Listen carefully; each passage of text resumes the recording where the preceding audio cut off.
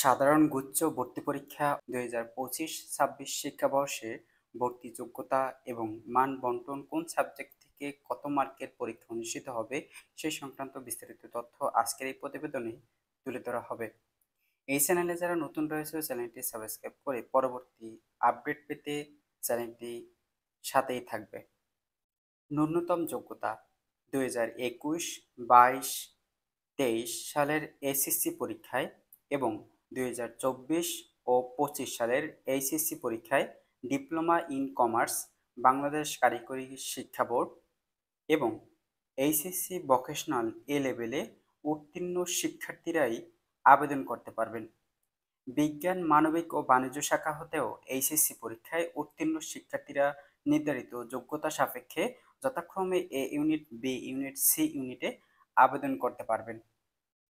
এ ইউনিটে আবেদনের যোগ্যতা: বিজ্ঞান শাখা হতে এইচএসসি পরীক্ষায় উত্তীর্ণ শিক্ষার্থীরা এসএসসি ও এইচএসসি সমমান চতুর্থ বিষয় সহ ন্যূনতম 3.50 সহ সর্বমোট 7.50 থাকতে হবে। অর্থাৎ শিক্ষার্থী বন্ধুরা বিজ্ঞান শাখা হতে এইচএসসি পরীক্ষায় 2024 ও 25 সালের চতুর্থ বিষয় সহ এসএসসি ও এইচএসসিতে আলাদাভাবে 3.50 পেতে হবে, সর্বমোট 7.50 পেতে হবে। সাধারণ শিক্ষা বোর্ডের বিজ্ঞান শাখা মাদ্রাসা বোর্ড বিজ্ঞান এবং ভোকেশনাল এইচএসসি বিজ্ঞান শাখা হিসেবেও বিবেচিত হবে। বি ইউনিট: বি ইউনিটে মানবিক শাখা হতে এইচএসসি পরীক্ষায় উত্তীর্ণ শিক্ষার্থীরা এসএসসি ও এইচএসসিতে আলাদাভাবে চতুর্থ বিষয় সহ মোট আলাদাভাবে 3 পয়েন্ট থাকতে হবে। মোট সর্বমোট জিপিএ থাকতে হবে 6 পয়েন্ট। সাধারণ শিক্ষা বোর্ডের মানবিক শাখা অথবা মিউজিক, গার্হস্থ্য, অর্থনীতি এবং মাদ্রাসা বোর্ড সাধারণ মুয়াজ্জাবিদ মানবিক শাখা হিসেবেও পরীক্ষা দিতে পারবে বি ইউনিটে।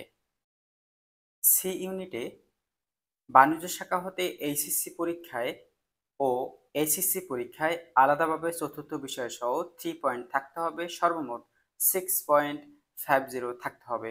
সাধারণ শিক্ষা বোর্ডের বাণিজ্য শাখা সহ ডিপ্লোমা ইন বিজনেস স্টাডিজ ব্যবসায় ব্যবস্থাপনা এইচএসসি এবং ডিপ্লোমা ইন কমার্স বাণিজ্য শাখা হিসেবেও পরীক্ষা দিতে পারবে সে সকল শিক্ষার্থীরা।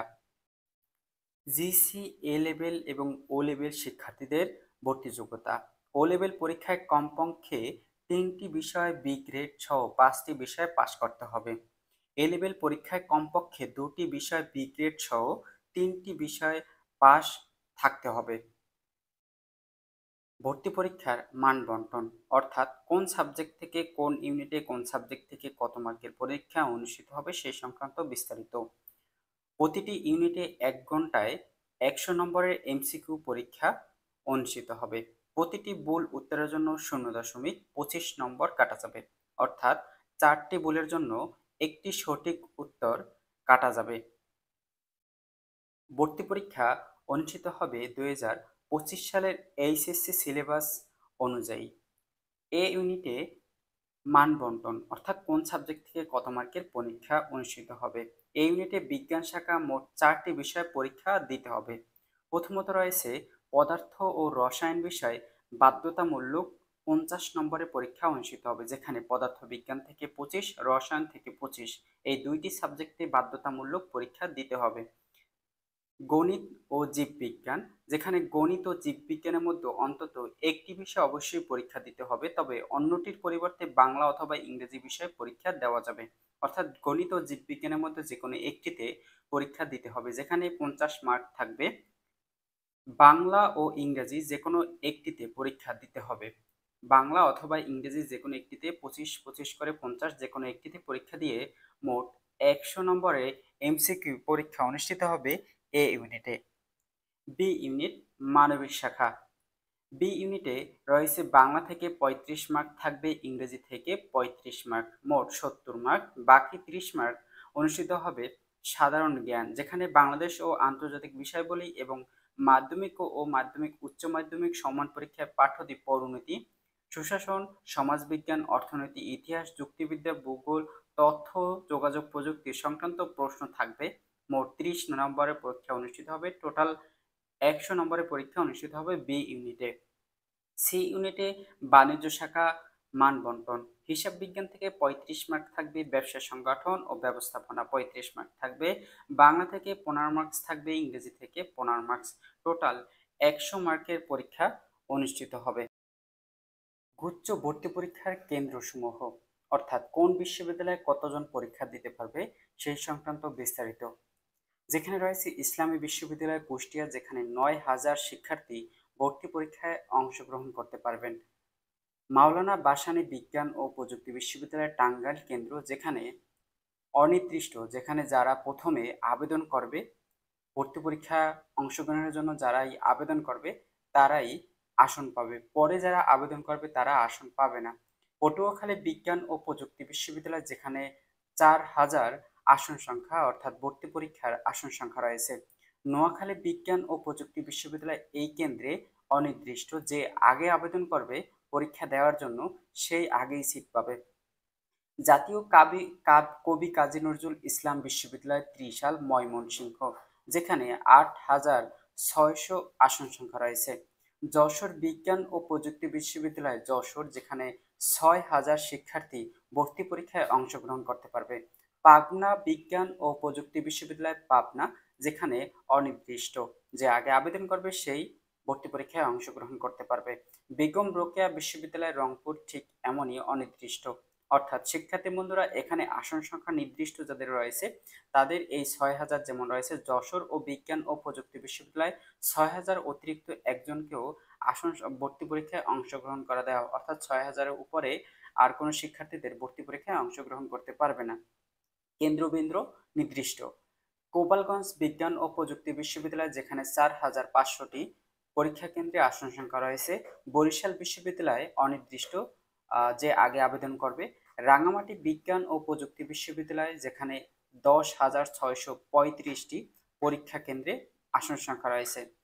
রবীন্দ্র বিশ্ববিদ্যালয় বাংলাদেশ সিরাজগঞ্জ, যেখানে 6,914টি রয়েছে। গাজীপুর ডিজিটাল ইউনিভার্সিটি গাজীপুর, যেখানে 4,000 আসন সংখ্যা রয়েছে। নেত্রকোনা বিশ্ববিদ্যালয় 1,000টি আসন সংখ্যা রয়েছে। জামালপুর বিজ্ঞান ও প্রযুক্তি বিশ্ববিদ্যালয় 3,400টি। চাঁদপুর বিজ্ঞান ও প্রযুক্তি বিশ্ববিদ্যালয় 360টি। কিশোরগঞ্জ বিশ্ববিদ্যালয় কিশোরগঞ্জ 3,000টি। সুনামগঞ্জ বিজ্ঞান ও প্রযুক্তি বিশ্ববিদ্যালয় 3,350টি। পিরিজপুর বিজ্ঞান ও প্রযুক্তি বিশ্ববিদ্যালয় রয়েছে 2,000টি। ঢাকা বিশ্ববিদ্যালয় রয়েছে 26,365টি। চট্টগ্রাম ভেটেরিনারি ও অ্যানিমাল সায়েন্স বিশ্ববিদ্যালয়, যেখানে 600টি আসন সংখ্যা রয়েছে, অর্থাৎ শিক্ষার্থী বন্ধুরা এখানে কেন্দ্রবিন্দু রয়েছে 21টি। 21টির ভিতরে সর্বোচ্চ আসন সংখ্যা রয়েছে ঢাকা বিশ্ববিদ্যালয়, তারপর রয়েছে রাঙামাটি বিজ্ঞান ও প্রযুক্তি বিশ্ববিদ্যালয়, এই দুইটি বিশ্ববিদ্যালয়ের সর্বোচ্চ আসন সংখ্যা রয়েছে। তারপর রয়েছে ইসলামী বিশ্ববিদ্যালয়, তারপর রয়েছে তোমাদের চট্টগ্রাম ভেটেরিনারি অ্যানিমাল সায়েন্স বিশ্ববিদ্যালয়, তারপর রয়েছে জাতীয় কবি কাজী নজরুল ইসলাম বিশ্ববিদ্যালয়। এই সংখ্যক বিশ্ববিদ্যালয় তোমরা তোমাদের যদি কাছাকাছি থাকে সেক্ষেত্রে তোমরা এই বিশ্ববিদ্যালয়ে ভর্তি পরীক্ষা যদি আবেদন বা ভর্তি পরীক্ষা দিতে চাও সেক্ষেত্রে তোমাদের আসন বিন্যাস বা আসন পেতে পারো খুব তাড়াতাড়ি। তো এই সকল এই কেন্দ্রে ভর্তি পরীক্ষা অনুষ্ঠিত হবে, গুচ্ছ ভর্তি পরীক্ষা। ভর্তি পরীক্ষায় 5 নম্বর। ভর্তি পরীক্ষা এমসিকিউ পরীক্ষা অনুষ্ঠিত হবে 100 নম্বরের, যেখানে 5 নম্বর থাকবে 30। শুধুমাত্র জিএসটি গুচ্ছভুক্ত সমন্বিত ভর্তি পরীক্ষায় উত্তীর্ণ শিক্ষার্থীরাই যোগ্যতা সাপেক্ষে নির্ধারিত বিশ্ববিদ্যালয়ে ভর্তির আবেদন করতে পারবে। ভর্তি পরীক্ষায় ন্যূনতম 30 নম্বর প্রাপ্ত পরীক্ষার্থীর ফলাফল মেধাক্রম সমূহ প্রকাশ করা হবে, অর্থাৎ শিক্ষার্থী বন্ধুরা 30 নম্বরের এমসিকিউর মধ্যে 100 নম্বরের এমসিকিউর মধ্যে 30 নম্বরের উপরে যারা পাবে তাদেরকেই মেধাক্রম তৈরি করা হবে। 30 নম্বরে যারা নিচে পাবে তাদেরকে ফেল বলে গণ্য করা হবে, অর্থাৎ তাদেরকে অযোগ্য বলে বিবেচিত করা হবে। তবেই তাদের 30 নম্বরের উপরে তাদের মেধাক্রম তৈরি করা হবে।